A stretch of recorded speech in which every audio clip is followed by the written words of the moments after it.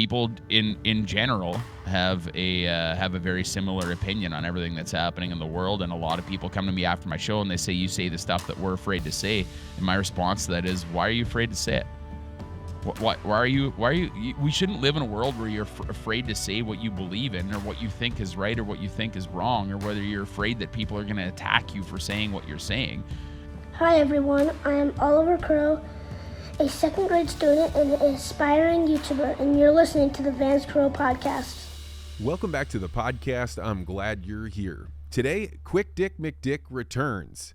Longtime listeners of the podcast know that Quick is a Canadian comedian that started off just making Snapchat videos. It later evolved into being on YouTube, and now he's one of the most highly sought-after comedians that travels around Western Canada doing an amazing comedy tour.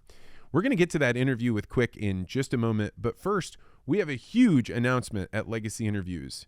After 3 months of tireless work and a whole bunch of team effort, we have now launched a brand new website for Legacy Interviews.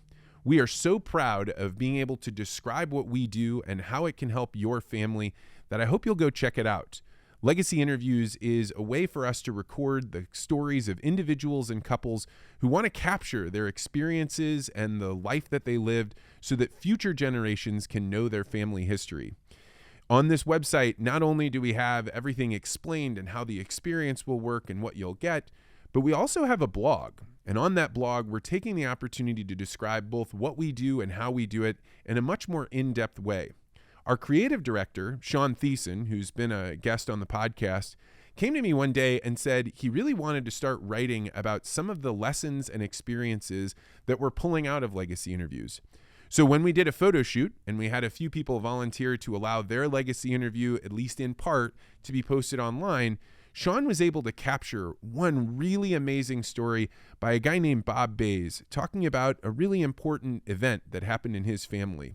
So let's take a few moments just to listen to Bob's story. When my mom married my dad, she was from Germany, and she really didn't know my dad's parents at all, his parents. She shipped everything over here. She was an interpreter for the U.S. Army. Yeah. And she shipped everything over here, and when she got here, they had to take a boat over from Germany. Everything was gone. My dad's folks had pilferage everything. She had nothing. They were from the hills of Virginia. And they were literally hillbillies. So everybody's name is Daryl. I mean, they really were like straight up hillbillies. My mom went there one time with my oldest sister, and she didn't like the way that they were acting towards her. Yeah. You know, like very rude. Rude stuff. So my mom told my dad, I will never bring any of my kids back here again. Mm-hmm. I have no idea who my dad's side of the family is. My mom was adamant that nobody would ever have anything to do with my dad's side of the family, and she stuck to that. So when I was talking to my youngest daughter, I told her, I said, I couldn't tell you any of my dad's brothers or how many sisters, or I didn't even know what their names were. Mm-hmm. So, yeah. As you tell that story and you look back on your life, what's the lesson out of that? Oh, wow.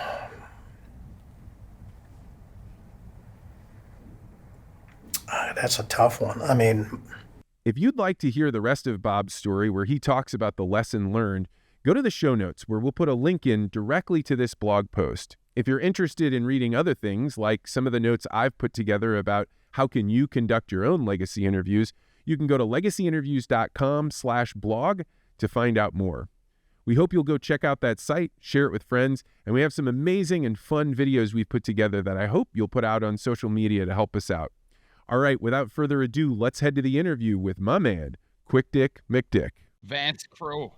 Hey, it's good to see you, man. How are you? Oh, man, I'm doing really well. I think the listeners have to think that I've gone full-on Canadian because every episode I'm either talking to a Canadian or talking about Canada, but you have just gotten done with, I think, something really special, a comedy tour done throughout all the small towns in your area. So what you been up to, man? Yeah, absolutely. And yeah, it's actually funny when we jumped on there, you're like, oh man, you look tired. It's like, yes, I do look like a bag of used pillows this morning here. Yes, we're just getting into calving season, so I got to acclimatize to it yet. But yeah, man, I just finished. I called it the Small Town Comedy Tour. You know, there's a lot of people that were looking to get me out to do live shows. I got a, you know, like if you want to call it an hour and a half comedy special that I do, and I do it live, and I come and set up in like the smallest towns that I can find, and we usually get halls of anywhere between, you know, 250 to 500 people kind of thing, and you know, you get odd groups reaching out from different towns to see if you can come and do a show for a fundraiser, you know, all the way from ag societies to curling rinks to daycares. And I've booked a couple here for the fall with like seniors extended care homes. It's all these things that are just impossible for small towns to find ways to fundraise for. And we just seem to have found this one little cool thing that I can do. And we go and we get a hall, we get it set up, and we have about an hour and a half or 2 hours of Quickdick, depending on what the crowd wants, and we just have one heck of a good time in small towns, man. It's been unreal. You know what's amazing about your comedy is it started from you doing Snapchat as you were going to go on a motorcycle ride across the country, and then has turned into you being a full-on stand-up comedian. And I've gotten to see you, work a crowd and be excited and interested in what they're saying and how the reaction is, but you know, you didn't actually like take classes. You didn't even really do the standard go to New York or LA. How's it been to learn how to engage and interact with a crowd? It's it's kind of a learning process to a certain extent. I did a little bit even the learning about it has kind of been by accident. You know, the first show I ever did, like I just bombed, you know. Did you? What do you mean when you say you bombed? What do you mean? Oh, it was terrible. The first show I ever did was the worst show I've ever done to date. So I guess like that's good. You can never do well. If I ever do worse than my first show, I'll never do it again. But yeah, I had a guy get me out to it was Lethbridge actually, and it was just like this is just like post pandemic. Like it was the first day that they took masking rules off in Alberta. And they'd canceled. It was the big Lethbridge agriculture exhibition that they had there, and they'd canceled it for the last couple of years. And this guy swooped in and he tried to do a smaller ag show there just to try and get in the door and keep things going. And I was there with my sponsor Mandaco, and he was this guy that organized the show. He's like, well, hey, would you do something in the afternoon for entertainment? Well, I had this show written. And it's a pretty, I'd say call it a profane show. Like, I mean, I swear in it lots, and like I turn into Quickdick when I do it. You know what I mean? I'm like this enraged farmer about a bunch of the things that are going on. But I talk a little bit about everything, right? And the first and this would have been your first time of Quickdick actually meeting the real world, right? Like up until this point, Quickdick was just talking to a camera. So now you're like, now Quickdick's in the real world, and he uses bad language. That's right. Yeah, exactly, right? But like they were having a hard time selling tickets to this show, and it was like he couldn't get anybody there, so he's like power calling a bunch of people in southern Alberta. And I mean, southern Alberta is predominantly like Hutterite colonies, right? So he for my first show I ever went on stage, my audience was about 150 Hutterites, and it was like 3:00 in the afternoon. And no one had a beer, and like I just crush beer when I'm on stage doing these shows. And my first bit in my old show was on Tinder, and like how Tinder doesn't work in towns like Tufnell, and like nobody knew what I was talking about, and nobody laughed, and there's no worse feeling, Vince, than like knowing that you're bombing and still having to try and like push through the show to get it done. Yeah, where you're like, oh man, I got 30 more minutes of this. Yeah, I have 30 more minutes of bombing. Yeah, and so it was good though. I got it done, and the guy that got me to do it, he asked me after the show. He's like, did anybody tell you how your show went, or did you get any feedback? And I was like, I really don't think I need any, because I just know I bombed for like an hour. And he's like, yeah, it's not very good, man. I don't know if you're going to be able to do this or not. If this is what you're going to do. Man. I was like, but he had me booked for the next day. And so I was like, well, you're getting the same thing tomorrow, whether you like it or not, because you can't just come up with an hour and a half of material overnight. You know what I mean? And the next day, man, that's a long night the night before. That's a long night where you're like, I'm going to stand up in front of the wolves now. I know, right? And so I'm just like reviewing my material and seeing what I could change and everything. And I'm like, I kept saying to myself, like, I think this stuff is funny. Like, is it just me or what? And the next day, like, thanks to any of my followers that might be watching right now that actually came to my show in Lethbridge that next day, because right before my show started, there was a whole ton of people showed up, and like, there was a bunch of people that followed Quickdick on social media. I did the exact same show the next day, and we just blew the roof off the place. Like, it was like next level good. And like, it was just such a crazy feeling on stage, like, to just all of a sudden, like, everyone's laughing at what a joke was supposed to be. And then immediately following the show, the guy that had booked me to go do it, he comes and he gives me a big hug. He's like, "That was awesome." He's like, "We can't wait to have you back again." I was like, "It's the same show." But yeah, so from that day on, like, you know, I've always tried to look closely at why, you know, you have some shows that are like way better than others, and some that are like, they're okay, you know. And so I think I've kind of got it figured out. I kind of started listening to a couple of comedians on podcasts and stuff like that, and you know, take some advice that they give people. And Kelly Taylor is one of the ones, a prominent Saskatchewan comedian here, and the way he talked about how a room is set up and how your lighting is and everything was a game changer. That guy, just by listening to that guy's podcast, he changed the game of my shows. I started traveling with my own light and sound system, because you can't out comedy a bad sound and light system. I found that out. So Yeah, I feel like there's a lot of commonality between what we both do. Like, I'm certainly not a comedy tour, right? Mine is philosophical, and it's trying to get people to think about things in a different way. But you can definitely tell when the audience is hanging on your words, and you're like, "Hey, I'm sharing something. It's getting through." They're laughing when they're supposed to. They're like, you know, writing things down. And then when you don't get that, the feeling, I think most people don't have to endure that level of like shame, and yet you're still trying to be out there, right? Like, you can't give up. So you were on this tour, right? You had these days that felt probably better than others. How does it go when you're doing it week in, week out, you know, over and over and over again? It's good. It's almost, I found that it's good for me. But like what you're saying is right. And like, obviously, I like, yeah, you and I are different, like, just with kind of the talks that we do kind of thing, because I'm more doing stand-up comedy. But I mean, I like what I found when I heard you speak at that SMP Presents that we did together, is like, you're high energy, and that's like, I try and bring that to the show as well. Like, I think energy is one of the most important things to bring to your show, because people, like, all of a sudden, even if they're kind of not interested in what you're doing or what you're saying, if you got that energy level turned up, they'll just kind of unintentionally focus on it, just because they're like, what is this guy doing? Like, he's just all over the place and like jumping up and down. And like, I mean, you don't jump up and down, but I mean, you move and you assert the crowd with your voice, you know, and it seems to work. Were you an energetic kid when you were growing up? Were you the kid? Yeah. Me too. Very much. Yeah. I think that this is why it's a little bit like a fish in water, that you don't realize the energy you bring to everyday life. And it isn't until you try and bottle it that you're like, oh, there are ways to bottle this that are positive, and there are ways to bottle this that are not going to work.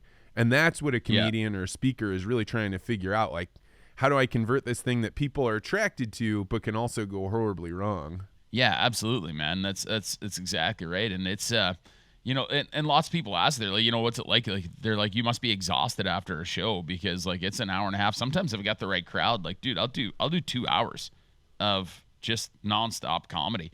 And, you know, and you can feel it in the crowd when they want to keep going. And you just like, you always just give the crowd what they want. If they're ready to stop at an hour and a half, you stop. If they're ready to keep going, you keep going. But it's not like, it's not exhausting at all, because I can't explain how it charges my batteries to go out and be in front of a crowd of people and have them laugh. And like, I've said it to a few people before, the character Quickdick, like the whole background story that we've talked about before, like, that all came out of me being in a depressed and kind of dark place in my life. And it's like the character, like, is what fixed that, you know, finding humor and being able to connect with other people and get people laughing is kind of what brought me out of my place where I wasn't the happiest in my life. And to have the privilege now to be able to stand on a stage and just let her rip with things that I find funny. But part of me, when I go on that stage, like, I know I might not be feeling the best some nights, or I might have like an off night kind of thing.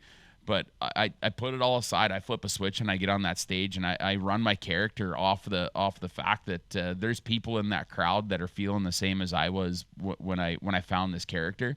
And my job for the next hour and a half or however long it's going to be is to make everybody that's having a bad day in that place forget about it, live in the moment, and just be able to laugh, because it's just the most important thing that we do in life is just find something that we can laugh at and be able to forget about our problems that we have going on for a little while, because your mind needs a break from it, right? And that's what Quickdick offers when you come to his comedy shows, is a break from everyday life. You describe it as finding Quickdick McDick. Is Quickdick somebody that you can talk with in your everyday life, or does it have to be I am either Quickdick or I'm me? Oh, he's like totally. But I mean, like, Quickdick is me, he's just kind of like an amped up version of me, it's me that writes the humor. But when I write the humor and come up with the comedy, like, I kind of write it in a way that you're like, well, wouldn't this be hilarious to see some guy with a cowboy hat and jeans tucked into his boots jumping around on stage drinking a beer, like kind of almost yell out kind of thing. Like, I do a bit on the metric system, and part of the bit is like, Quickdick is just enraged that people support us being bilingual in Canada, not English, French, but metric imperial kind of thing. You know what I mean? Because we have to speak both languages because we're connected to the States, and all of our parents, it was brought down on them by Trudeau, and they taught us at a young age to hate Trudeau because of the metric system. So that's why we hate him today, kind of thing. So, but like, the whole basis of the bit is made on this guy is just so enraged by the metric system, which really I don't care. But when I start poking fun at the amount of math that we do to try and talk two languages, metric and imperial, in Canada, and like every time I finish a one-line bit on something that's absurd, like, I just put the mic down and I scream to the sky and I'm like, why? You know what I mean? And like, but that's part of the show. But personally, I'm just like, well, it's just like, here's the joke and you should get it. But it just makes it so much better if you just like rage as a farmer that you're being persecuted by having to do so much math. You know what I mean? Well, it's funny that you mentioned that, because I actually have been to Canada a couple times in the last few years, and just this last time I was at Agrivision, and everybody would be like, oh, well, we've got to get you 300 kilometers, so that'd be, whatever that is in miles, right? And they would do it over, and then they'd be like, oh, it's minus 32 out. Well, that, it's not quite Fahrenheit. Like, they all intuitively know that I have no idea what's going on with your metric system. But it's hilarious. But even like, I make the joke how we, like, as farmers, like, we go and we buy our seed and our fertilizer by the metric ton from distributors, and then we come home and we convert it into pounds to the acre, and then we plant it as pounds to the acre because that's what we know. That's what Dad taught us, right? And then we go back to town and then we buy our chemicals and everything in liters per hectare. Then we bring it home and convert it over to gallons per acre, and then we grow our crop, and then we harvest our crop, and we gauge our success off of bushels to the acre, and then we measure it into a semi by bushels and pounds. Then we put it into an auger that's labeled 13-inch by 90 foot. That's a made in Canada auger, but it's a 13 by 90 for some reason, And then we put it in a 10,000 bushel bin. Then we take it out of the bin in another metric auger that's labeled in imperial. Then we put it in the truck by bushels, and then we sell it to the elevator, and we get a check by the metric ton. It's wild, man. Why? And like, why do we do this? When I think about comedy, right, and you were saying getting up and doing it over and over again, and you have this bit, right? How long does it take you to go from that bit being an idea to that bit just killing? Is it, certain number of times? Good question. Yeah, but like sometimes it's just sometimes a bit comes out of like sometimes I like, well, we won't get into how my mind works, but like sometimes when I'm on stage, like all of a sudden I'll kind of drop, like I'll just be like, what would be funny to put on the tail end of this bit would be this, like it just hit me that this is funny, or somebody will do something in the crowd and I'll be like, that was actually funny. Or I'll have something go on that day and I'll be like, that was hilarious, and I'll just kind of just put it in a tiny little bit in the show, and then all of a sudden, before you know it, like I'll be like, well, I'll just leave that on the end of that bit because it seemed to hit good, and then I'll expand on it a little bit. There's some bits that I've done. The metric system is one of them that I kind of wrote it in front of a crowd. I didn't sit down and write it.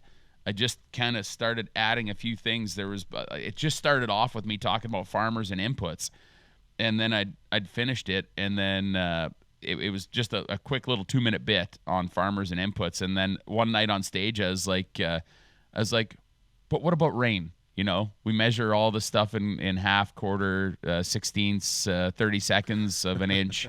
But then for some reason, when we measure rain, we measure it by what? And everyone screams out, tenths. And I'm like, yeah. And then you have to forget everything that you learned in school about simplifying fractions when you're talking about rain, because it's totally different. And I just freewheeled it, and the crowd loved it.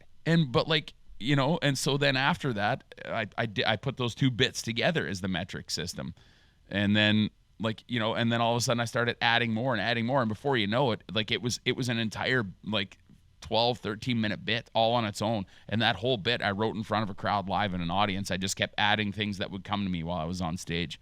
And yeah, but like I can totally relate to that. When I'm giving talks, oftentimes I leave a bunch of area for Q&A. And Q&A is where things get totally electric, right? If you've done a good job giving a good talk, then you don't have to worry. There's going to be questions there. And so you get some questions, and that's when, like, now you've got to figure out how to say something that's better than whatever you were saying during your regular thing. How can I try things out? And I started recording. You know, I always record my talks, and I go back and listen to the part where I gave it to see what could I clean up. But I realized all of my new material comes from stuff that I'm not even conscious of. If I've just had this exhilarating experience of giving a great talk and we go into Q&A, it's me up there, but it's another version of me. It's another version of me that I can't access unless you've just had this experience. And that's when you're pulling all kinds of new, cool, fun ideas out, much like you're like adding it on to the end of the bit. Yeah. Yeah, absolutely. And it's, you know, your crowd's got a lot to do with it too, but like, you know, some of the stuff that I've done, it takes a while to write it, you know, for a comedian to do. I didn't realize any of this. I just thought when you saw like a Bill Burr special or Ron White or some of these guys, I just thought that they could just go up and do an hour and a half and there's nothing to it. Like I didn't think there was anything to it. And then all of a sudden I was just like, you know, hour and a half is a lot of material. That's and it's a full all got to length be play, dude. That's a ballet. That's most great comedians don't have an hour and a half. They have like 30 minutes, right? Like it's insane. And and it's all got to be bangers. Like you can't just have garbage jokes in there or you start losing your crowd. Like, I mean, every second sentence better end in a joke that's going to make the crowd laugh, or you're going to start having a bad day on stage because people are going to start talking to each other and not paying attention to your show. And then before you know it, the crowd's going to get louder than you, and then you're going to try and out-comedy the volume of the crowd, and you're going to be like, oh man, how did this happen, right? But yeah, so it's crazy, but like challenging at the same time. And now that I've kind of found a little bit of a groove with it, it's good. But I mean, I'm spoiled because I kind of know my audience before I go to it. What percentage of your audience knows you before the show starts? 90%. Oh wow, that's great. Yeah. I'm very lucky with a lot of it because everybody kind of knows the comedy. I could still go and do this show in a small town somewhere where nobody knows Quickdick, but this is the craziest thing I'm about to say, Vance. But I'm starting to find out that there's not very many small towns out there that don't know who Quickdick is in Canada. It's crazy. There's so many places you go to, like everybody kind of knows who I am when you get there, and they'll come up and share with you, you know, what their favorite video was that you'd done and everything. And I'm very, very lucky and humbled to have that going on. But like, it's basically like shooting fish in a barrel because I know my crowd going in and they know me with me coming in, and so everybody kind of knows what to expect, and then I can just kind of give them what they want. You know what I mean? Yeah, I would say that on the beginning of it, that's nice, right? You know, like if I go to a crowd and a certain percentage of those people have heard me speak before, they're way more ready to laugh at my jokes. They're way more ready to like be right there. But the downside is comedy is only funny if you are pushing the line. So it like one of the other challenges of having so many people know who you are is you can't be stagnant, right? They may be like, oh, it's nice to see Quick, but you know, he's using a lot of his old material, which means you got to just keep pushing and pushing and pushing and pushing. 100%, man. Yeah. And that's, so I try and, I change up my show every year, and I just did my last one of this one. And I'm sad to see this one go because there were so many good bits in it. That I've had a lot of fun with it, but like that's good because it's a challenge, like you say. So now it's time to have a new hour and a half for the next time I go out. The crazy thing that I found though is there's only a small handful of towns that I've actually hit twice. I could still be running my first show, and most of the places that I go to would never have seen it before because none of it gets put online. It's all just live in-person comedy, right? But I think it's important to have that, in the locker and have all these little bits and pieces to your show that you can, kind of put together and slide in here, or do a little bit here that nobody's heard kind of thing. It just kind of turns into like a set of Lego. You know what I mean? Yeah, I remember when I got done with Monsanto, I had a few years where I went out and gave not the same talk I was giving at Monsanto, but like using that material. And then eventually you hit a point where you're like, not only am I not, like, are other people not interested in this subject because the world has moved on, but I'm not interested in doing it anymore. Yeah. But to start fresh, man, that is hard, right? It's so tempting to be like, well, I kind of need this first entry level joke or this story that I tell that always gets people going, because like to let go of something that works is like letting go of your life raft or something. It totally is, but like, and it's funny you mentioned that because that's the hardest part of me always getting into a show is like, if you're gonna write a new show, you have to have a way to connect with your audience, let them know that it's you, and give them an idea of what the show is gonna be, kind of in the first couple of minutes, and you also at that same time you have to gauge your crowd to find your age demographic, and you need to find how many are rural versus urban, and you got to get figured out really, really fast what your crowd is, and then you got to figure out, okay, well, what's going to work well with them in my show that I have, and what do I need to replace, kind of thing. Because no matter who your crowd is, your job's to make them laugh. I feel that's my job when I go up there anyways, right? So a part of that might be changing. But when I think about new shows now, when I think about the one that I'm just finishing off, I mean, from where it started to where it is now, I mean, it's nowhere near the same show. Like it's metamorphosized into a completely different show. And there was one guy that came and watched me in Theodore a little while ago, and like he'd seen it when I first brought it out in Shiho, which is a town that's literally, Vance, let me bring it over for you, 25 miles away from the other one, all right? That's how close they are here. And he came to see it, and he's like, dude, I can't believe you wrote a new show. And I was like, that's the same show you saw. And he's like, no, it's not. Like, not even close. So, yeah, it's crazy. I mean, I get that. I actually was just writing a guy yesterday. He was like, hey, I heard your Art of Picking Up Nails talk, and I'd like you to come give it at this event that we have coming up. And I was like, hey, that's great, but I've since changed the name of it because I figured out that this explains it better. And, hey, these are going to be the kinds of things that have changed in it. And like you know, from another person's perspective, they would say like, it's the same thing. But the tiny little changes that you make over like the way I tell this joke, the way I finish this sentence makes a mountain, just like completely different talk. And yet deep down, you always know, even though it sounds different, I'm using the same stuff and I got to keep going. And that's, to me, that's the hardest part. That's why I do this podcast, right? If I don't have other people to talk about ideas with, it's so hard to come up with something new cloth from like no new ideas. Yeah, absolutely it is. Like a lot of people, because of my YouTube channel, like I talk about I do a lot of political satire and talk about Canadian politics quite a bit on my YouTube channel. And I think a lot of people really expect me to just go for an hour and a half on politics, and I don't. Like there's maybe maximum 10 minutes of politics in my live comedy show, just because it's just there's so many other things that we can laugh at that we have going on in small communities. And a lot of people are like, at the end of the show, lots of people are like, that is not what we expected, but in no way, shape, or form are we disappointed. Like, I can't tell you how many wives have come up to me and been like, I have never seen my husband laugh like that, and I've been married to him for 30 years. Like, the one lady's like, I've never seen my husband laugh so hard that he was crying. And so it connects and it hits, and and I've never had somebody come up to me after a show yet and be like, man, that really sucked, So I'm very lucky. just wait. Except the first one, yeah. But hey, so as you're thinking about that, like comedy is something that's like music or a chord or something. Like something touches people.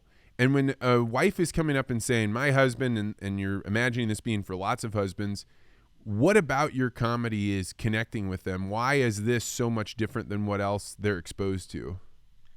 because I don't think anybody really understands fully and completely, first of all, like how we live and grow up in a small town, and a lot of the things that we do here you don't see in big cities. It doesn't happen. But like, you know, like one of the things I talk about, and it's a normal thing. It's what we do everywhere. It's an honor bar. And you go up and you pay for what you pour and da-da-da. And like, you see that everywhere in small communities because we're all trusting communities to each other. But I do a whole bit on that about, first of all, like how the honor bar, there are some funny things about it, but that it's something that we hold special in small places, and it's trust, and it's relationships that we have built within our communities. So in a roundabout way, I'm making fun of something that's, you know, very, very heartfelt and important to a lot of people, but I'm not making fun of it in a way where I'm saying like, oh, this is BS. You know what I mean? Like, I'm making fun of it being like, it's okay to laugh at how awesome we are. And I do that with a whole bunch of stuff. I mean, without giving too much away. Like, I mean, you know, rodeo and curling and weddings, and there's just so much stuff that we do. And I think all of a sudden when people can look at their lives and just be like, you know, I do this comedy show in a way that makes you proud of your life and how you lived it, but at the same time, it lets you laugh at it. And I think once people can kind of laugh at themselves a little bit, immediately you can laugh at anything now, you know? Yeah, I mean, there's something really important about somebody from the inside being able to make observations about your own culture, because like you have to stand kind of in both worlds. It's really difficult to see your own culture from the inside. I know, like, when I was growing up, I thought like, oh, my hometown is vanilla and vanilla is no flavor, right? And so I want to leave to go somewhere else where there's more flavor. And then you get away from the world and you're like, oh, wait a second. That vanilla, first of all, is actually a flavor. It's not just cream. And then second of all, there was something really distinct about this. To even be able to try and describe this to somebody else would be really, really difficult. And I think now, having seen rural Canada with all the things you're describing, the curling rinks, the amount of volunteering people do, the chuck wagon rides, like, there is deep, rich culture, but it takes somebody that both understands it and can somehow step outside of it to be able to make the jokes connect. But that's what made the character, Vance, and that's what made Quickdick, you know? Like, I grew up eating vanilla ice cream, if that's what you want to say, and then I left and I went and worked oil field and I ate Rocky Road and chocolate chip cookie dough and all that stuff or whatever, right? And when I came back home and had my first spoonful of vanilla ice cream, when I got back home, I was like, why did I ever leave this flavor? I love it, you know, and it makes me happy. And that's kind of where the character is. So yeah, I've kind of seen, I've been able to look at my community from the outside looking in when I came back, you know, almost 5 years ago now. I can't believe time's passed like that. And you know, it's just, it's so important. We need to do that to ourselves too.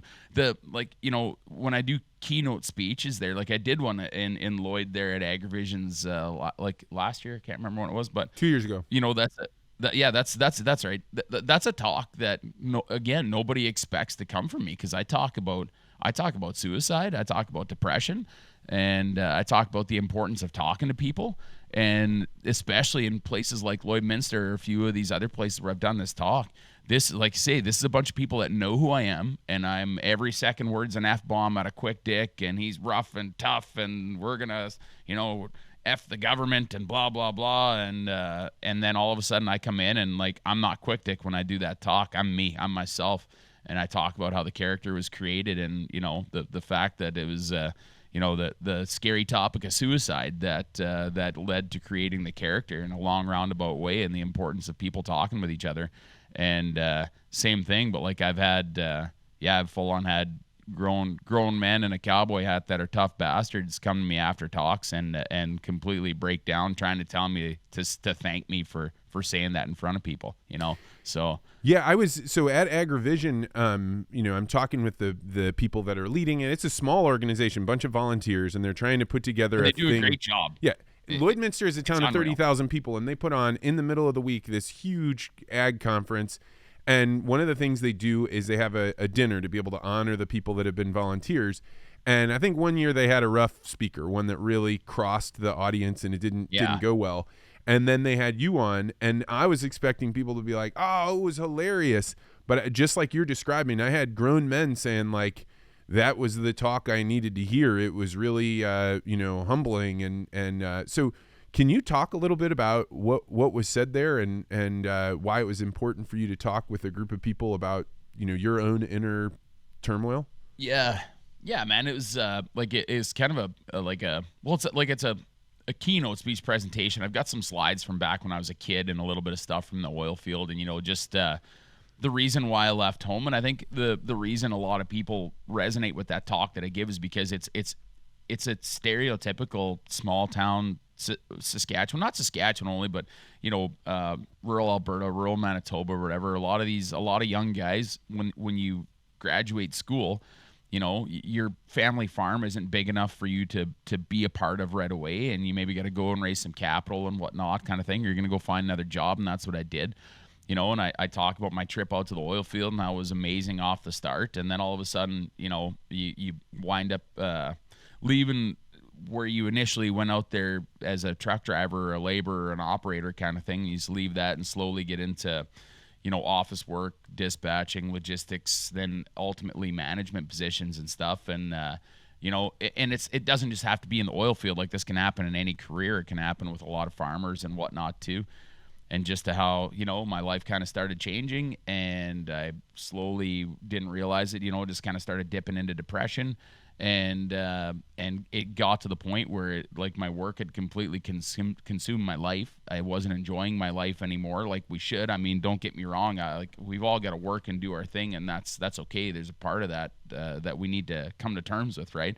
But I just lost sight of making sure that you're happy doing what you're doing, and I just kind of let myself get a little bit too far into it, and before you know it, all of a sudden I realized that my life was consumed by work and depression, and I wasn't happy anymore. And my dad had gone through the same thing years and years earlier, like in the early 2000s, where he went through a full-on nervous breakdown to a point where he was suicidal at one point in time. And my dad was a guy that had raised us the same as everybody has, all in these little small towns, communities everywhere.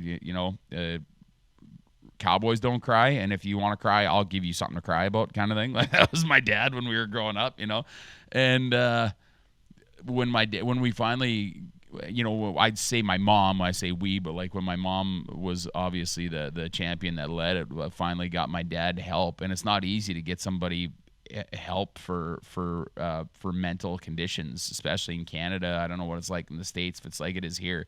It's something, first of all, that people don't want to talk about. Second of all, that we don't have enough professionals to deal with. And third of all, one of the most important things to diagnose, because everyone's mind is a little bit different. It's not just a broken arm, right? It could be a wide plethora of things.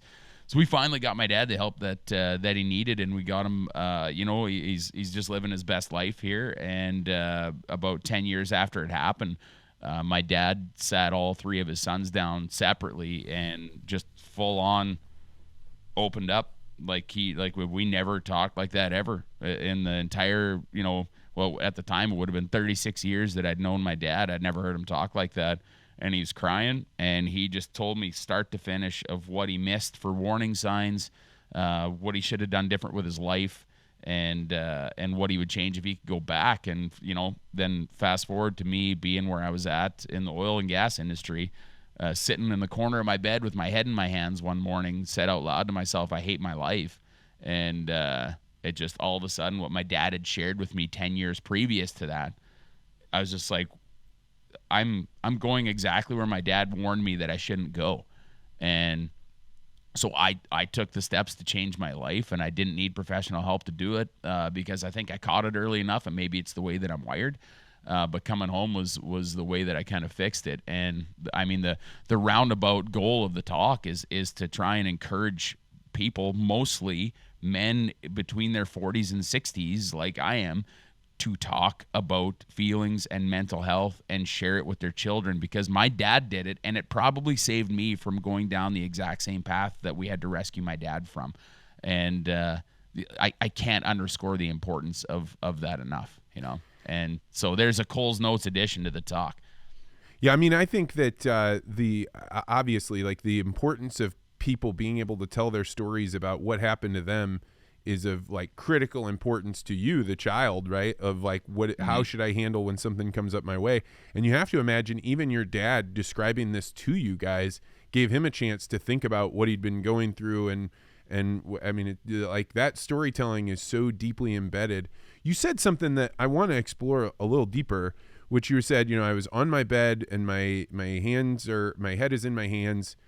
Like, what is that feeling? What's going on inside of you? And then like, why did you know that change was what needed to happen? It was those words that I said them out loud. I don't know why I said them out loud, but it had been a really bad night the night before. Now I'm not saying similar to what I had go on here last night. Like, I mean, I didn't really sleep. I was only down for a couple hours, but the difference is I enjoy doing what I'm doing now, and I'm aware of what I'm doing, and this doesn't completely consume my life. I enjoy working the farm and working with cattle, and I work with a guy named Mark Rogers who's I probably wouldn't do this if it wasn't for him. We work well with each other, and we're able to share the workload, and we can depend on each other, and that's something that a lot of farmers don't have. They don't have somebody that they can depend on to be there when they can't be there, and that's unfortunately the ultimate demise of the mental health of a lot of people in agriculture. Or it doesn't have to be in agriculture; it can be in anything. You need to have somebody you can depend on to be able to just shut the switch off and go do your thing, and then come back, turn the switch back on, and away you go, right? But yeah, there's a whole bunch of things that had piled up and continued to pile up. I wasn't able to escape my phone at any point in time when I'd go on vacation. I'd taken over a managerial position at a company. Anytime I was there, I was stressed out. There was always something going wrong, and nobody ever phones you to tell you you're doing a good job. They phone you when there's something wrong. You know what I mean? So, it got to the point where I was terrified of the phone ringing, because I was just like, what's next on the end of this phone kind of thing, right? And it got to the point where I was, I was in a relationship at the time, and I wasn't paying attention to the relationship. There were some things going wrong with it that weren't the best. So a whole bunch of things just kind of piled up on top of him, and it was one really bad night. Looking back on it now, it wasn't that bad. But at the time, if you have all those things piling up on you, sometimes it's just one more tiny little piece of straw on top that's going to break the axle, right? And I'd only slept for about 45 minutes, and I swung my legs out of bed to head back down to the office. And I was just like, what am I doing with my life? Like, I hate where I'm at right now.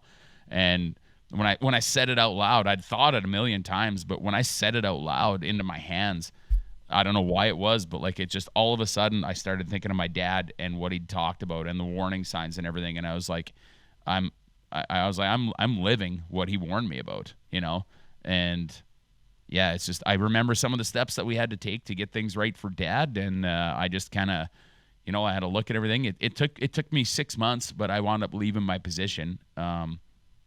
And leaving the oil field. But I didn't just drop and run, because I don't believe you should ever do that to anybody. I've had people do that to me lots, waiting to get a truck out to work and a lot of different things. But I just kind of made some changes. We hired a few people, and I just slowly kind of made my way away from the company. And I just decided I was going to start focusing on myself a little bit more and get myself right. Maybe someday when I left there, I was like, you know what, I might wind up back here in a couple of years, or I might not wind up back at all. And I just, I found my place here at home. And it took me leaving, and it took 19 years for me to figure out that this is where I wanted to be. So, yeah, I mean, one of the things that I believe now that I'm older is that so much of depression, anxiety, even procrastination kind of all reside, at least for me, I don't know if this, I'll be interested to hear your thoughts, on like the same premise of you need to be feeling progress in order to be happy or satisfied.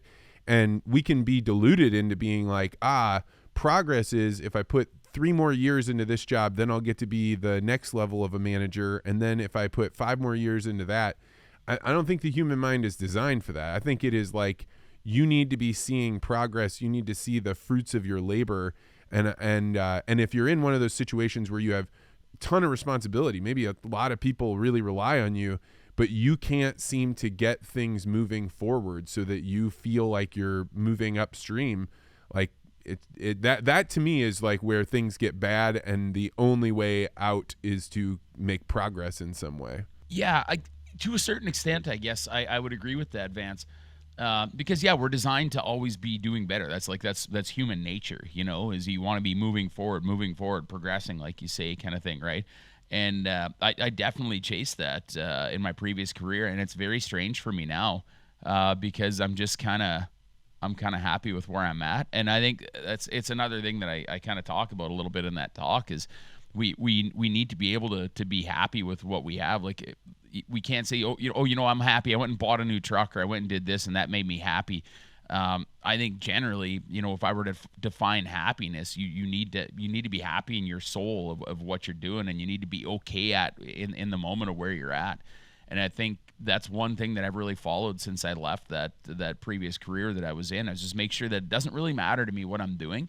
I need to be okay with what I'm doing in the moment of when I'm doing it, right? And I've just found my appreciation for things in life has changed so much. I used to be very, worried about what kind of flooring was in my house and whether my garage that I parked my pickup truck in and the pickup had to be clean and all this had to be perfect and blah, blah, blah. And now, if I were to pull this back, I'm in my basement. It's a cinder block basement back here, and it's just a mess on the other side of me here.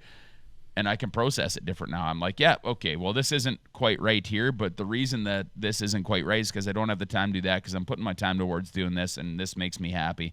And as long as I can justify things like that, I've got away from that person that needs to see everything and everything to be perfect all the time, and I can just kind of live in my moment a little bit more, and that's it's so important to do. Be the same with you with your family too, Vance. You know what I mean? Like, it's just sometimes you can shut this off a little bit. And you're like, no, the reason I'm shutting this off is because I'm going to spend time with my family, right?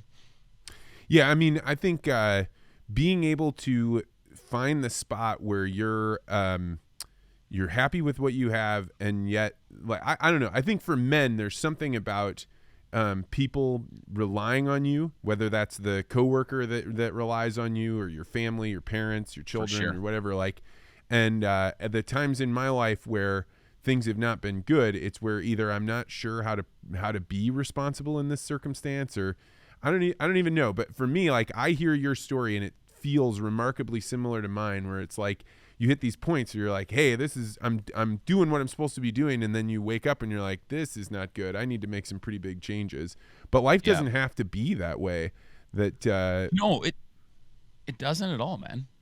But like, I think one of the bigger things is that, you don't have to change or uproot or do a lot of different things. There's a lot of different things that you can do in life just to make you feel fulfilled, And I think that's the only thing that you need to do. But a lot of people will sometimes chase unrealistic goals, or have this vision of where they want to be. Or social media is the devil, because we'll see things on social media. We'll be like, well, why can't I have that? Or why can't I be like that, kind of thing? And sometimes we get just so focused on what we want to have or what we want to be, we just lose track of the fact that we're actually living in a pretty good time, And I think it's so important to be able to find that space in your mind to be in. And sometimes that's a hard thing to find, but it's important to have it. That's the one thing I have found as a tool of mine to have is just that feeling of self-satisfaction, is be like, no, it's cool. We're good. We'll get out of bed and we'll give her again here tomorrow, but I don't need to stay up till 3:30 in the morning trying to make this right, kind of thing. I can go to bed and we'll try again at it tomorrow. That being said, I was up until 5 this morning, but that's because cows had little calves popping out of them. So you're out on this comedy tour, and as a comedian, you're putting ideas out into people. I know you said it's only 10 minutes of politics, but in that sort of interaction that you have with all of these crowds throughout a huge portion of rural Canada, what are you learning about the way that people are thinking and feeling that you might not be able to pick up on if you're not among the people? What I learned very early, and it's kind of a different way that it's, once I get through the intro of my show, it's kind of how I set people up for what we're about to talk about, is that there are very, very, very many people out there, Canadians specifically is my genre that I've performed to, but not just here, but Americans as well. There are a lot of people out there that have a lot in common, that think the same, that allow social media and mainstream news outlets and certain politicians to allow us to believe that we're different from each other, or that we believe different things, which we just don't. And there's no better place to prove that than getting out and getting into the community and having people come together. And I spent an hour and a half, sometimes 2 hours, proving it to people that we all have a lot in common, and even when I get down into some of the tiny little bit of political stuff that I do, it's people in general have a very similar opinion on everything that's happening in the world, and a lot of people come to me after my show and they say, you say the stuff that we're afraid to say, and my response to that is, why are you afraid to say it? Why are you we shouldn't live in a world where you're afraid to say what you believe in, or what you think is right, or what you think is wrong, or whether you're afraid that people are going to attack you for saying what you're saying. If you're saying something and you believe it to be true, and you've done some research on it, and you're like, you know what, no, this is my opinion, and this is why, it's okay to have that opinion. But the one thing that I'll say to people is, make sure that when you have that opinion, that you have a reason for it, and then you can back that up. And don't be afraid to have that opinion changed by somebody else if all of a sudden they bring a different side of the argument to you that you've never thought before.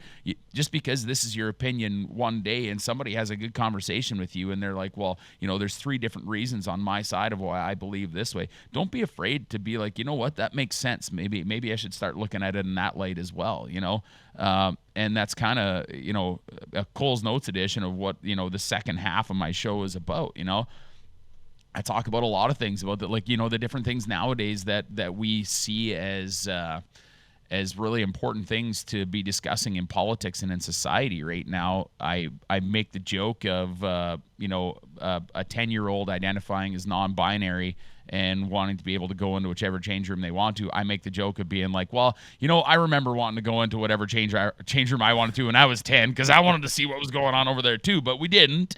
We went to our change room, we did our thing, and then we went on with life a little bit, right? And I talk about things that we focused on in the 90s versus what we do now, and I make the joke on that we did that in the 90s because we didn't have these things in our hands every second of the day and every minute, and we didn't have Be Real and Snapchat and Instagram and all this stuff. We actually had to interact with human beings, and you'd be surprised how many people at the end of your show. I've had people, like I did a show at the Vic Juba, my comedy show there, and I think there was somebody that got upset because I do a bit called the Bud Light bit, and they were upset that they thought I was being transphobic and homophobic.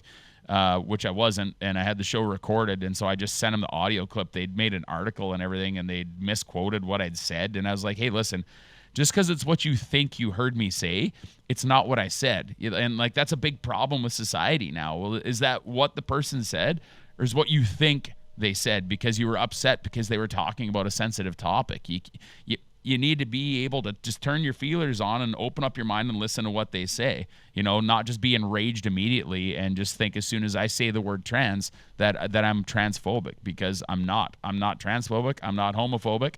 I spend my entire show making fun of everybody equally, farmers first, and then I just poke holes in what we do in society of what's happening, right? And it's been crazy when you go over to that side. But generally, to answer your question, that's we all have so much in common. It's a lot of stuff that people just don't want to talk about because they don't want the craziness that comes with it. They don't want people coming unhinged at them for talking about a sensitive topic. I think sensitive topics are the most important ones to talk about.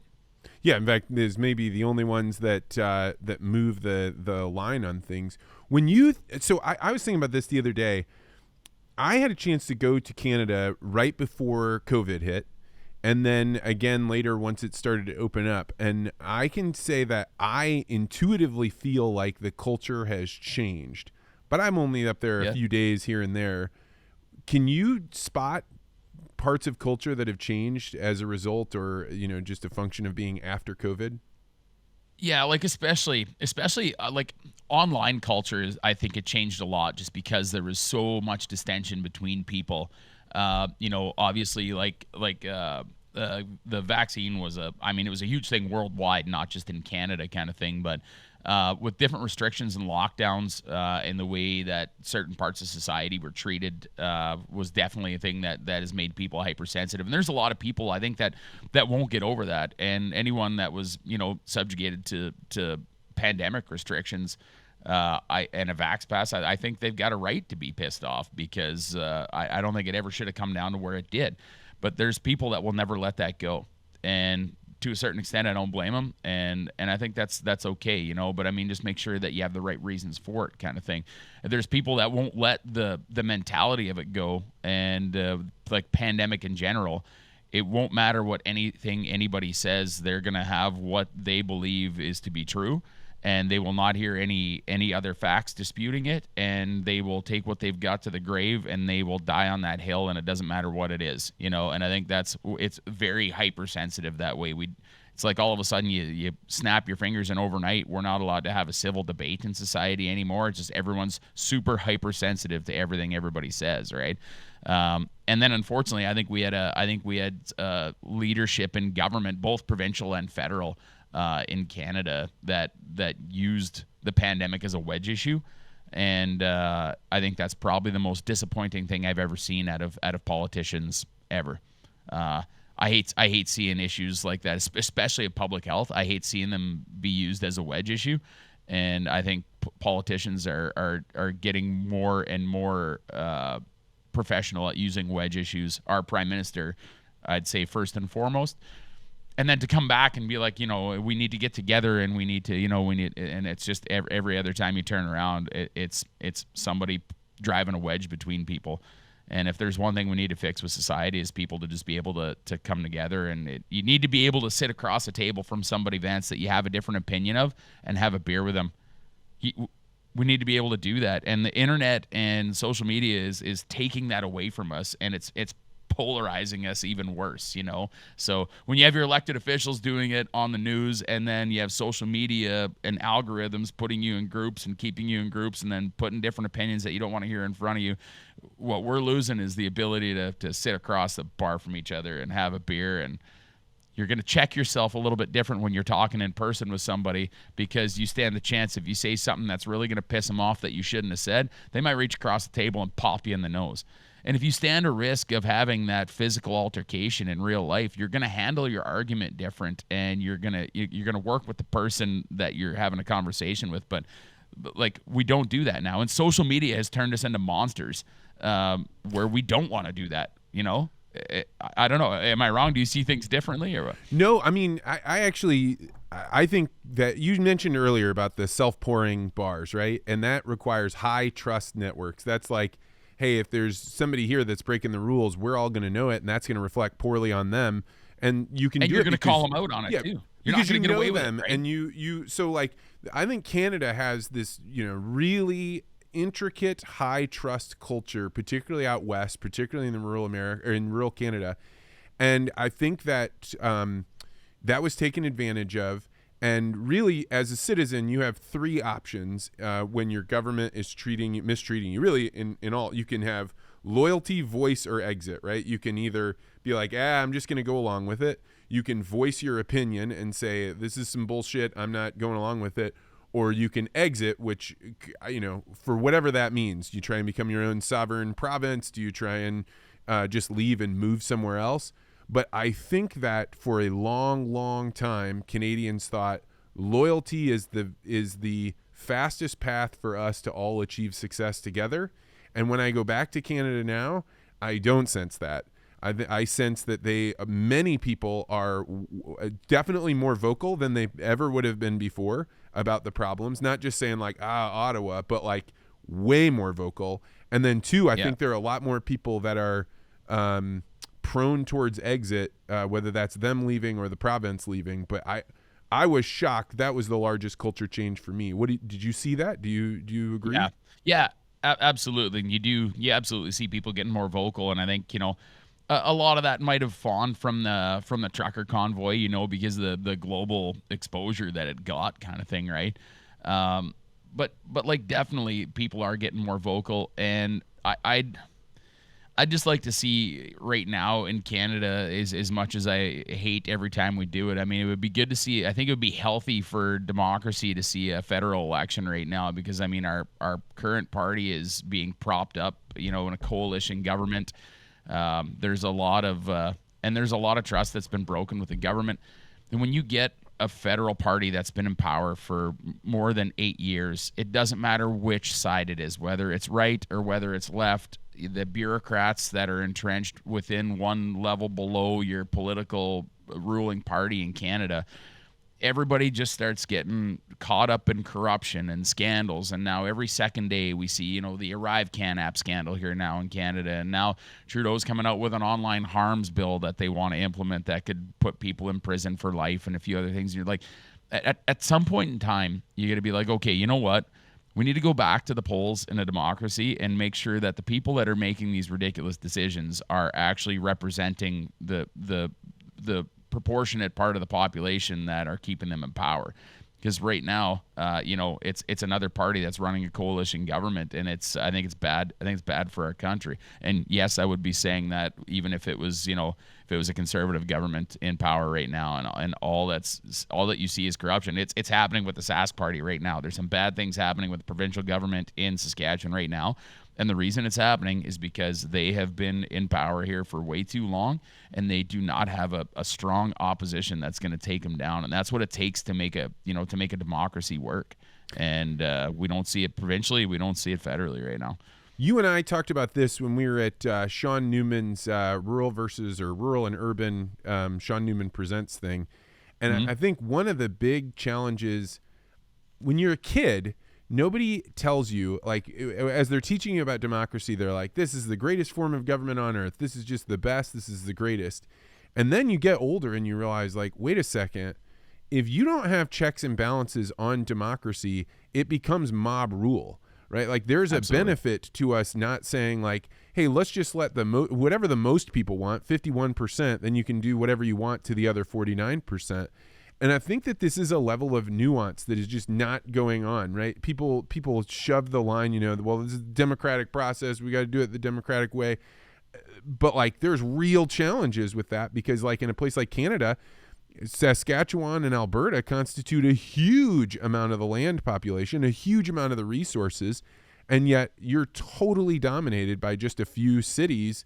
And, like, how do you exist in a world where you're trying to live by democracy, but democracy ends up being mob rule? Yep. 338 seats in Canada. We've got 14 in Saskatchewan. We have the most arable farmland that exists in this country, and we got a population. We're just over 1.2 million people that live here, right? So we're a huge, huge land mass with a huge amount of resources. Same with Alberta, has huge amounts of resources, and we're very underrepresented, right? And when you look at where our government and everybody, well, basically, I can't remember the number off the top of my head, Vance, but a larger part of the population of Canada actually lives below the 49th parallel over in Ontario there, right? It's like 80%. It's a huge percentage. It's crazy, yeah, and they're the people that are making the rules for us, right? And I get the idea of federation, and I get the idea of democracy, and I get how it all needs to work. But, like, at some point in time, we just need to have a little bit of a change. You need to get a little bit louder of a voice to represent a lot of the western parts of Canada, and it's been that way for a long time, But we need it because there's so many important resources that we have here in what we do. And even I say it in my show, but I mean, you get into rural Ontario, like everyone out here thinks that everyone in Ontario is bad. Ontario equals bad. Quebec equals bad. That's not what it is. It's just, it is, I'm telling you, man, I said this at the SMP Presents. It is rural versus urban. And you get into rural Quebec, rural Ontario, they're no different than we are. But we'd like to believe that they're different, but they're not. Yeah, I mean, I got a buddy, a good listener, Jay Curtis, who like talks to me all the time about what's going on in Canada, and he's in Ontario, and he is just as under the thumb of the people living in the city as anybody in Alberta or Saskatchewan. He just doesn't have a bunch of Western wide open spaces, I don't think.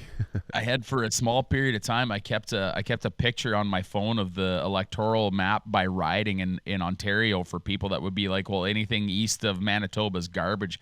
I was like, if you expand this screen here, have a look. This is the electoral map of Ontario by ridings, and as like you see, there's just these tiny little red pieces that are in Toronto and Ottawa, and the rest of it's blue. And it's exactly how it looks not in Saskatchewan so much because basically nobody votes Liberal here or Alberta. But I mean, you can see the urban-rural divide even if you go provincially, if you do it in Saskatchewan, if you go provincially, if you do it in Alberta and go provincially, it's the elections are split urban and rural. The electoral maps are. Like it's all right there in color for all of us to see. Like that's the divide that we have going on. The reason we have it is because we all just live different lives, and that's okay. But I mean, guys like me out here, I talk to people out here in Tufnell, and I say, well, like, are you concerned about safe injection sites and homelessness? And they're like, no. I was like, why? Because we never see it. Exactly. Doesn't mean that it doesn't exist in a huge scope in our province, and it's a problem that we need to deal with. But same as when you go into people and talk to people in the city and be like, are you concerned about where the crop insurance fund is in Saskatchewan right now? And they're like, well, no, because they don't see it. Doesn't mean that it's not protecting billions worth of dollars of exports in Saskatchewan and billions of dollars worth of agriculture industry. So they're all important things. We all just want to have our important stuff looked after, right? And that's it's something that we got to try and overcome a little bit, man. So what's your take on the future of Canada? If I were to say what is going to be different or the same in 5 years, do you have a picture for that? Yeah, there's still going to be a group of people that are mad at whatever government is ruling, and that's kind of going to be the way it's always going to be. But I think we're going to see a big change in federal government. There's some pretty crazy polling numbers going on right now that would lead to a conservative supermajority, which we haven't seen, I believe, since the Mulrooney days. But I fear that what's going to happen is we're going to get another party in, and by the time they get their policies set in place and try and get things set up and try and make things better, they're going to have 4 years to do it, and then everyone's going to want results in 4 years, and they're not going to get them. I think the trick to a government is getting to the 8-year mark here in Canada to actually start making some tangible differences in, cost of living and some other things that we have going on here in Canada. And I don't think we'll see it for 8 years, but I mean, now our government's had 8 years and it's the worst it's ever been. And we haven't seen it. We haven't seen them do better. So it's time to change that. And man, I hope I just hope things start to calm down and get back to a little bit normal. I don't know how we ever turn the temperature down on social media, whether that's a thing we can do or not. I'm not sure, but I think we're gonna see a lot of people. We're seeing it already in the urban areas here. We got a lot of people from cities that are still, after the pandemic, are coming out and trying to find houses that are available for sale, that are affordable. People from Ontario are coming over into the prairie provinces here, where it's moderately, more affordable to live. You don't make as good of a living out here dollar-wise, but lots of people are willing to trade that for some different things in life now, right? So, yeah, I heard Danielle Smith, the premier of Alberta, talking on Sean Newman's podcast about how she wants to grow Alberta from 5 million to 10 million people. And I was kind of looking at that being like, wow, you got a pretty good thing going here. Like 10 million people isn't going to get you outpacing the electoral system in Ontario. It's just going to give you a lot more urban challenges that your province will have to prop up. What are your thoughts there? Absolutely, it will. And like our healthcare system is in shambles right now. Alberta's is, Saskatchewan is, Canada-wide. I don't think we have anybody that has free healthcare working very good in Canada here right now. And a lot of it's got to do with money. A lot of it's got to do with with workplace environments. A lot of it's got to do with people having the opportunity to go south and make more money in the States with private healthcare. A big group of people that are fighting against privately funded healthcare, and man, that's a deep well we could get into. But it's something that we got to start taking a lot more seriously here in Canada, because to get medical attention is it's an issue here.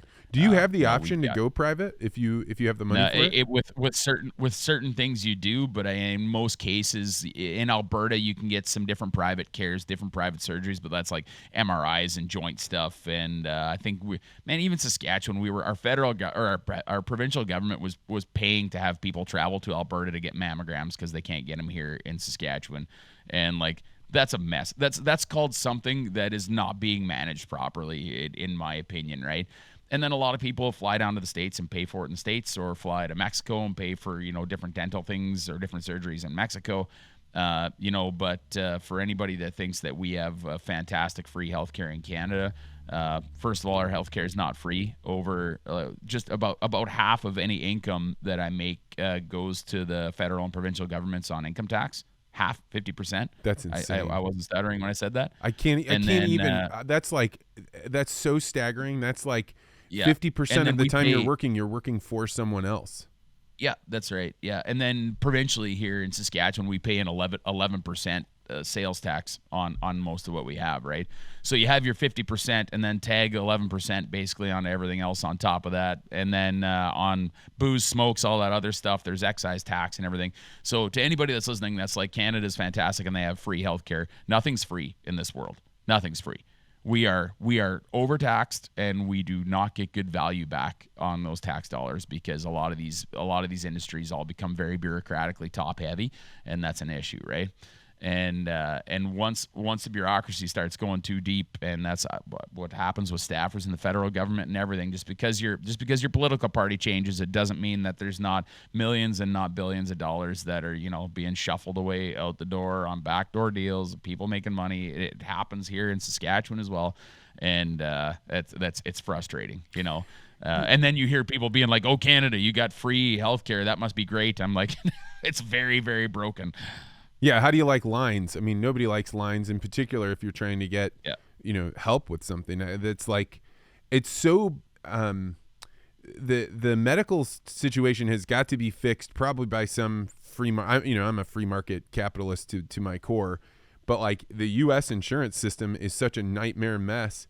I said it before, my daughter had RSV. She's 1 year old, and RSV makes these kids at night when they go to sleep, they have so little oxygen because it's cut off in their lungs that I took her to the doctor, and they're like, you either take her to the emergency room right now or we are calling an ambulance. So you're like rushing over there. You're putting a little oxygen mask on her. You're like taking care of it. From the insurance company, we get that it was not medically necessary. And this is like clearly just an automated thing that they've done to make it so like somebody doesn't have to pay, and in case you don't push back on this in the right amount of time. But you're like, well, it's not like I said, let's get this girl an oxygen mask. A doctor did inside of the emergency room.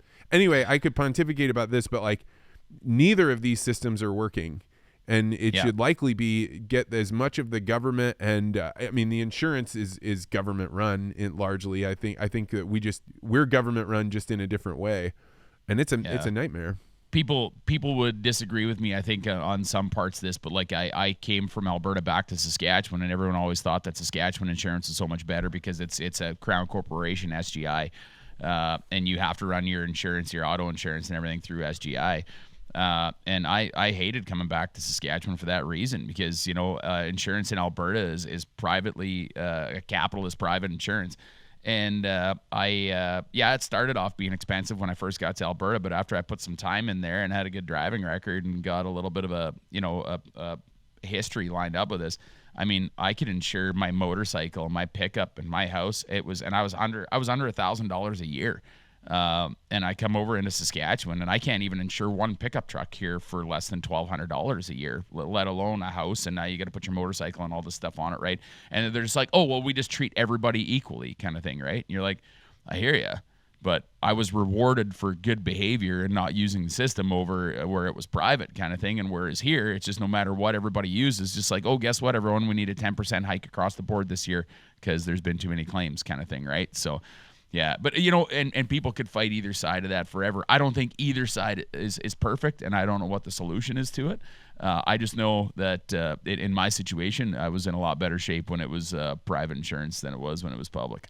Well, insurance is one of those things that we are watching the inflation rate just absolutely run wild. I mean, insurance on all things here, healthcare, auto, home. Like I got mine. You're talking about like a 20% increase.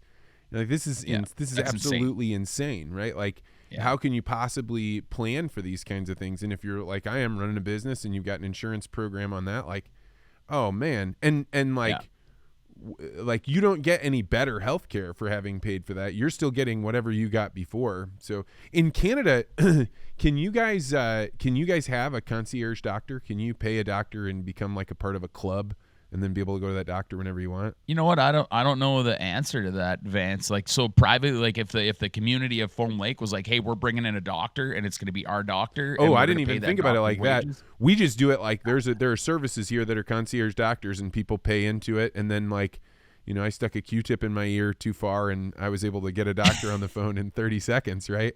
But yeah, like to my knowledge, we don't have anything like that. But I could be wrong. I like where we are here, we don't have anything like that. But I'd always thrown the idea around of being like, because I know that there's enough people around here that if you got a big enough group of community together, just be like, hey, this is going to be our Foam Lake doctor, and if you pay taxes or pay into this thing, this is going to be our doctor or two doctors that we pay to have here in our community, and you can't come and see him if you're from outside of the community and you don't pay into this group kind of thing. But I mean, lots of people are like, yeah, we should do that, and then lots of people get mad and shut it down and whatever. It is what it is. But you know, even like all this stuff, I think I try not to be this anti-government all the time kind of thing, but I mean, we just need government to get out of the way with a lot of this stuff, because even if you look at, you know, I got a brother that just renewed his mortgage. You know, he's pumped up, and he's like, we got this big break from the feds on $10 a day child care that they were trying to implement across Canada with the federal government. And so here's a party that's like, hey, we're doing this, and we're going to make a daycare affordable for your kids. But then what they're doing to the rest of the economy, interest rates are gone through the roof. And he's like, what I just saved on daycare, he's like, I just had to renew my mortgage, and it ate up all my savings in my mortgage because the economy is completely fucked. Well, are we really winning here? You know what I mean? Like, it's frustrating. You know, it just seems like every time anybody gets involved in anything, they just make it more expensive. So, I had a question. I think you can answer this probably better than almost anybody I know. I was talking with some people when I was up in Canada about the different ways that the city kind of tilts the playing board towards them. So when they were building the rail line out in Saskatchewan and Alberta, they said, hey, look at all this land you're going to be able to grow wheat on. Unfortunately, you're not going to be allowed to build the mills out here. You're going to have to ship your wheat back, and that way we'll always process it. And then somebody was like, oh, that's nothing, man. You should hear what they did when they nationalized the mineral rights or the oil underneath the ground. Can you explain to me, if you have property in Canada and you have oil underneath you or natural gas, is that your natural gas, or does the queen own it, or the king? You can get surface rights is what you can get, right? And oil companies will pay you for surface rights if they set up infrastructure on your land, but you do not get rights on what is down below. That's the government's got that. And has that always been the case? To my knowledge, I can't remember when it changed, Vance. I should read up on it. It's been a while since I've looked into it, but yeah, like to my knowledge, it's that's just how it is in Canada and how it's always been, and the government's always had their eyes on what's kicking around down below the ground there, kind of thing. Potash, any of that kind of stuff, right? Yeah, there's a list of a certain amount of minerals and natural resources in Canada that's just like, if you've got them, you actually don't have them. You're just living on top of them, and you can have surface rights off of what you've got, and the oil company can, you know, rent your land that they build a driveway down, or let's say it's a wind turbine. You know, you get surface rights, and I believe some of the companies are actually now, this is Alberta, I'm not talking Saskatchewan, some of the companies are like, for X amount of electricity that's generated, you get a bonus off of it, kind of thing. But for the most part, it's surface rights, the access, and the land where the tower is standing, and that's all you get. So to me, this is so wild, because you know that the government is not going to be a good steward of something that's far, far away from them. Whereas if you are a landowner, you can choose, like, hey, this is how I want to preserve this. I want to pass this down to my kids. I want to keep that oil in the ground. But all those choices just ripped out of your hands when individuals can't hold mineral rights. Yeah, they're not yours. It's surface rights, and that's what you get. Yeah, and that's, you know, and that's the thing, you know, like, getting too conspiracy theorist here, like, what do you really own in your life? You know, you got a title that says that this 160 acres that your house is built on, and you paid for the house, kind of thing. But you know, says who? Says, yes, okay, if well, you don't pay if you don't pay your property tax, watch how long you own that house for. Right. Yeah, but like that's the kind of thing, you know. So we've never really left colonialism to a certain extent, you know. King and country still kind of come first. It's just king is now, we call it a democracy, and it's the government, and you got to pay them, kind of thing. And like, yeah, go try and be a you know, a off-grid man of the land or person of the land kind of thing, and be like, well, you know what, I'm not going to drive on the roads anymore, and I'm not going to go to town. I'm not going to do anything. I'm just going to live on my land. How long is it till the sheriff's knocking on your door saying this ain't your land anymore, right? Well, you know what's different than all of that? Bitcoin. You do own your Bitcoin. Straight up, man. But like, I mean, and like it was good to listen to Chris Barber there, too, because it's like the idea behind it is great. But I mean, really, when you look at how our monetary system works right now, like, I mean, there's been times over the last little while, especially when our federal government started freezing citizens' bank accounts here in Canada, I was like, like, part of me thinks that I should go and just empty all my bank accounts and have them in brown paper notes or plastic here now in Canada, all wide variety of colors that we've got here. And I should just have that, and I should have them buried in a safe, and I should control that myself. But I mean, in all reality, you still don't control it. It's just a note that your government says is worth something. Yeah, and they can print as many as they want, and then it's just like Monopoly. Yeah, exactly. The physical cash thing is a real thing. I was flying on a plane the other day to Virginia, and this guy was like, "Yeah, I was down in Texas when the AT&T stopped working," and he was like, "I couldn't access any of my tickets. I couldn't do anything." And he was like, "Have you thought about what you would do if you couldn't use your credit card or you couldn't use your phone while you're traveling?" And I was like, "No." And he was like, "Dude, it's crazy." Yeah, so I've now started carrying cash with me while I travel and in small bills, because how are you going to get back home if you're in Virginia? If you don't know anybody, you can't call anyone, like everybody now is on their own, like trying to figure all this stuff out. The only way you're going to get back home, if I got to go 300 miles is either walking or having cash and get somebody to pay you across there. So I'm no longer traveling without cash, because that guy was like, it was about an 8.5 hour ordeal for him. And he was like, it so thoroughly woke me up to how much I've just been like, oh, everything will be fine all the time. He's like, maybe it won't. But like for some reason though, like that's how my dad always used to travel when we'd go to rodeo and a bunch of places, because that's how you had to travel with cash. And I always remember, like, it was a habit. Before we went on a trip, Dad would go and get cash, then we'd go on a trip kind of thing. And for some reason, I always kept that mindset with me. I've always kept it. And there was a time, I want to say it was RBC, I think it was in Canada here, but there was a whole plethora of credit cards and debit cards that stopped working. And there were so many people that got stranded in the craziest places just because they didn't have a paper note on them to be able to pay for something, And it sounds crazy, but like, I always, when I'm traveling, I travel with a little bit of cash on me, and I've always I carry a couple of checks with me, Vance. I've got a couple of checks with me, and I'm like, well, you know what?